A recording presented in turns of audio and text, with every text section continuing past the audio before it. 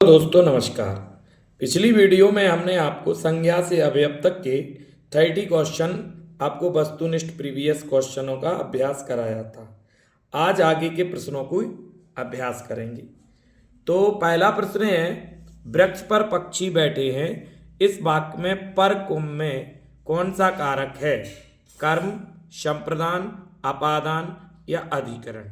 तो देखिएगा यहाँ पर अधिकरण में पर, यानी इसमें अधिकरण कारक है। D is right answer. अगला है, वह घर से बाहर गया, इस वाक्य में से कौन सा कारक है? तो देखिए वह घर से बाहर, यानी घर से वो अलग हो रहा है, और अलग होने में अपादान कारक होता है। कौन सा होता है? अपादान। इसलिए इसका आंसर डी होगा। क्या होगा दोस्तों? डी होगा। अगला प्रश्न है, चारपाई पर भाई साहब बैठे हैं, इस वाक्य में चारपाई शब्द किस कारक में है? तो भाई साहब चारपाई पर, तो पर किसका है? अधिकरण में पर, यानी इसमें भी अधिकरण कारक होगा। अगला है, निम्नलिखित शब्दों में सदा स्त्रीलिंग वाला शब्द कौन सा है? पक्षी, बाज, मकड़ी, गेंडा। तो सदा हमेशा पक्षी जो है वो स्त्रीलिंग होता है, पक्षी का पुल्लिंग नहीं होता। व्याकरण की दृष्टि से प्रेम शब्द क्या है? भाववाचक संज्ञा, विशेषण, क्रिया या अव्यय? तो देखिएगा प्रेम शब्द जो है वो विशेषण है। क्या है? विशेषण। B is right answer. अगला है, निम्नलिखित संज्ञा विशेषण जोड़ी में कौन सा सही नहीं है? विष का विषैला सही है, पिता का पैतृक सही है, आदि का आदिम सही है, प्रांत का प्रांतिक, ये आपका डी ऑप्शन गलत है। संज्ञा और विशेषण की जोड़ी इसमें सही नहीं है। अगला है, कवि का स्त्रीलिंग क्या होगा? तो कवि का स्त्रीलिंग होता है कवयित्री। क्या होता है? कवयित्री। सी इज राइट आंसर। अगला है, हिंदी भाषा में वचन कितने प्रकार के होते हैं? 3, 2, 4, 5। तो 2 वचन होते हैं, एक वचन और बहुवचन। जबकि संस्कृत में 3 होते हैं, एक वचन, द्विवचन और बहुवचन। तो हिंदी में 2 होते हैं। अगला है, लिंग की दृष्टि से दही क्या है? तो देखिए दही पुल्लिंग है, दही खा लिया, तो यहां पर क्या होगा? पुल्लिंग होगा, पुंलिंग, यानी दही में क्या कौन सा लिंग है? पुंलिंग है आपका। अगला है, निम्नलिखित में से कौन सा शब्द स्त्रीलिंग है? उत्साह, चक्रव्यूह, मृत्यु, संकल्प। तो यहां पर मृत्यु में स्त्रीलिंग है, इसका सी आंसर होगा। बाल का स्त्रीलिंग बालिका, वालिका, बाला या बाली?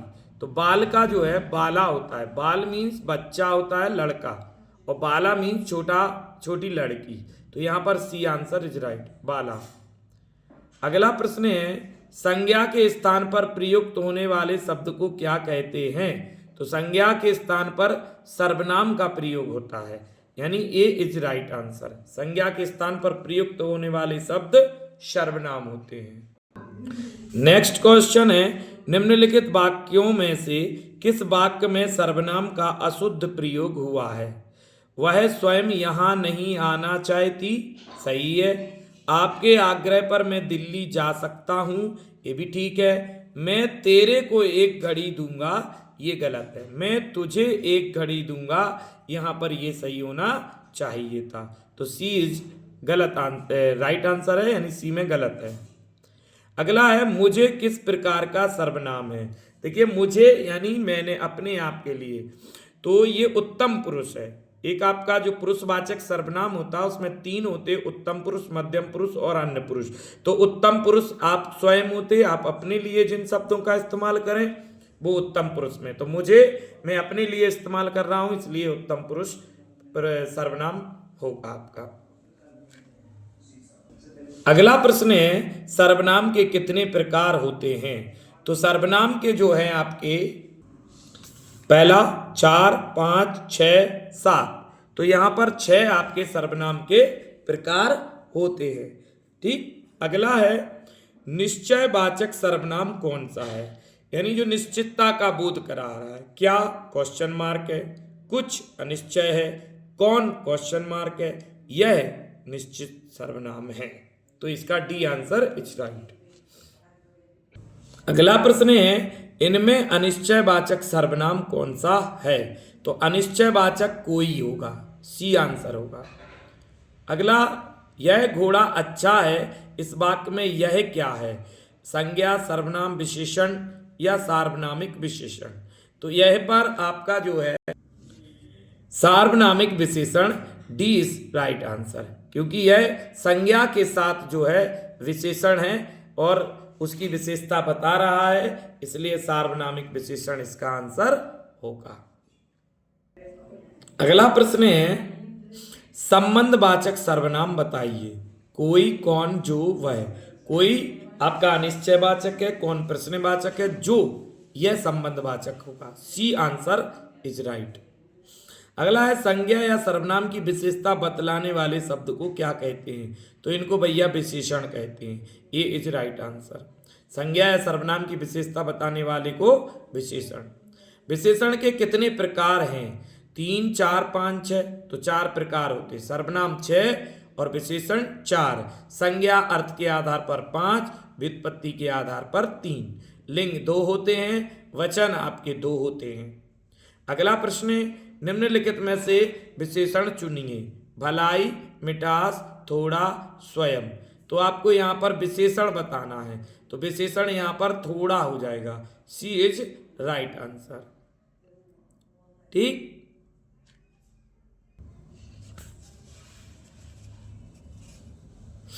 अगला प्रश्न है निम्नलिखित वाक्य में रंगीन शब्द विशेषण है, उसका भेद छांटिए। जैसे कुछ बच्चे कक्षा में शोर मचा रहे थे। गुणवाचक विशेषण, अनिश्चय परिमाणवाचक विशेषण, सार्वनामिक विशेषण, अनिश्चित संख्यावाचक विशेषण। तो इसमें कुछ बच्चे हैं, बच्चे संख्या में होंगे, कुछ अनिश्चित संख्यावाचक विशेषण होगा, डी इज राइट आंसर होगा इसका। अगला है आलस्य शब्द का विशेषण क्या होगा? तो आलस शब्द का विशेषण आलसी होगा, सी इज राइट आंसर। निम्नलिखित में से गुणवाचक विशेषण कौन सा है? चौगना, नया, 3 और कुछ। तो यहां पर आपका आंसर होगा नया, ये गुणवाचक विशेषण है। अगला प्रश्न है निम्नलिखित में से कौन सा शब्द विशेषण है? मात्र, खर्च, निपट, चुपचाप। तो यहां पर निपट जो है वो विशेषण शब्द है, सी इज राइट आंसर। मानव शब्द से विशेषण बनेगा मानवीय, मानवता, मनुष्य, मानवीकरण, मानवता या मानवीय। तो मानव का जो विशेषण होगा वो मानवीय बनेगा, डी आंसर। अगला है उत्कर्ष का विशेषण क्या होगा? तो उत्कर्ष का विशेषण होगा उत्कृष्ट, यानी सी इज राइट आंसर। आदर शब्द से विशेषण बनेगा आदरणीय, यानी सी इज राइट आंसर।